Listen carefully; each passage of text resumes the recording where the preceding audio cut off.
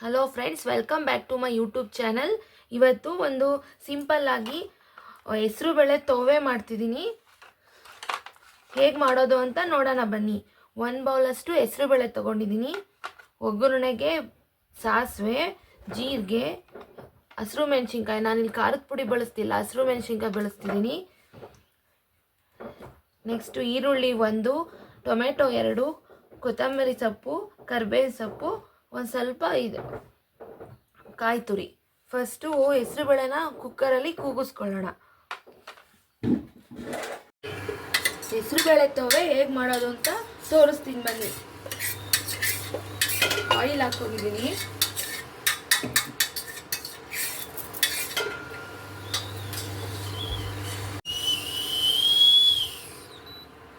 ತೋವೆ ಹೇಗೆ ಮಾಡೋದು ಅಂತ ನೋಡೋಣ ಬನ್ನಿ. ಎಣ್ಣೆ ಕಾದಿದೆ, ಒಗ್ಗರಣೆ ಹಾಕ್ಕೊಳ್ಳೋಣ. ಫಸ್ಟು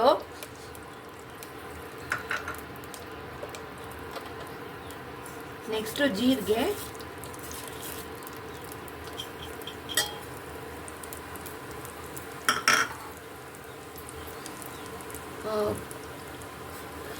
ಕರಿಬೇವು ಸೊಪ್ಪು, ಹಸಿರು ಮೆಣಸಿನ್ಕಾಯಿ, ಒಂದು ಈರುಳ್ಳಿ,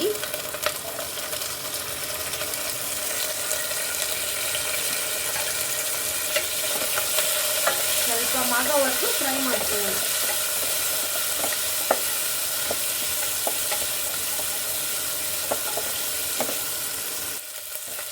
ಈರುಳ್ಳಿ ಫ್ರೈ ಆಗಿದೆ.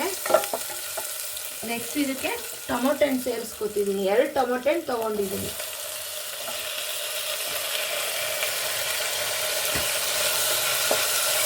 ಒಂದು 2 ನಿಮಿಷ ಬೇಗ ಬೇಯುತ್ತೆ. ಅದಕ್ಕೆ ಸ್ವಲ್ಪ ಅರಿಶಿನ, ಉಪ್ಪು ಹಾಕಿದ್ರೆ ಈರುಳ್ಳಿ ಟೊಮೊಟೊ ಹಣ್ಣು ಬೇಗನೆ ಬೇಯುತ್ತೆ.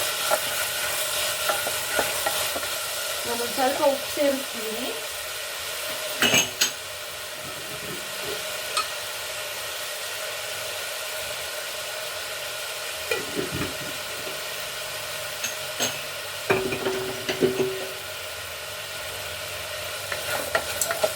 ಉಪ್ಪು ಸೇರಿಸೋದ್ರಿಂದ ಟೊಮೊಟೊ ಹಣ್ಣು ಒಗ್ಗರಣೆಯಲ್ಲಿ ಬೇಗನೆ ಬೇಯುತ್ತೆ.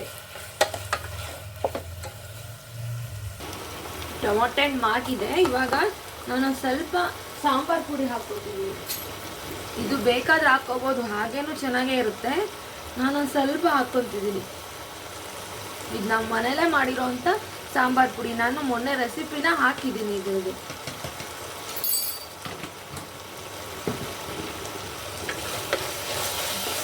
ಸಾಂಬಾರು ಪುಡಿ ಹಾಕಲಿಲ್ಲ ಅಂದ್ರೂ ತುಂಬಾ ಚೆನ್ನಾಗಿರುತ್ತೆ. ಹಾಗೂ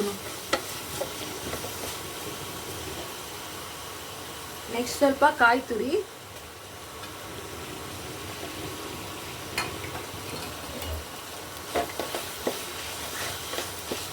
ಇದೊಂದು 2 ನಿಮಿಷ ಬಾಡಬೇಕಷ್ಟೆ. ನೆಕ್ಸ್ಟ್ ಇವಾಗ ಹೆಸರು ಬೇಳೆ ಕೂಗಿಸ್ಕೊಂಡಿದ್ದೀನಿ. ಹೆಸರು ಬೇಳೆ, ಇದಕ್ಕೆ ಹೆಸರು ಬೇಳೆ, ಜೀರಿಗೆ, ಒಂದು 2 ಮೆಣಸಿನ್ಕಾಯಿ ಹಾಕಿ ಕೂಗಿಸ್ಕೊಂಡಿದ್ದೀನಿ.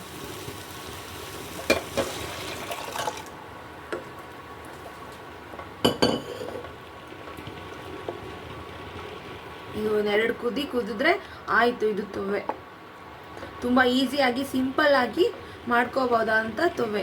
ಇದು ಚಪಾತಿಗೂ ತಿನ್ಬೋದು, ಆ್ಯಕ್ಚುಲಿ ಮುದ್ದೆಗೂ ಚೆನ್ನಾಗಿರುತ್ತೆ. ಈ ಚಳಿಗಾಲದಲ್ಲಿ ಆರೋಗ್ಯಕ್ಕೆ ತುಂಬ ಚೆನ್ನಾಗಿರುತ್ತೆ. ಇದು ಜೀರಿಗೆ ಎಲ್ಲ ಹಾಕಿರೋದ್ರಿಂದ. ಇದು ಕುದೀತಾ ಬಂತು, ಇದೀಗ ಆಗಿದೆ.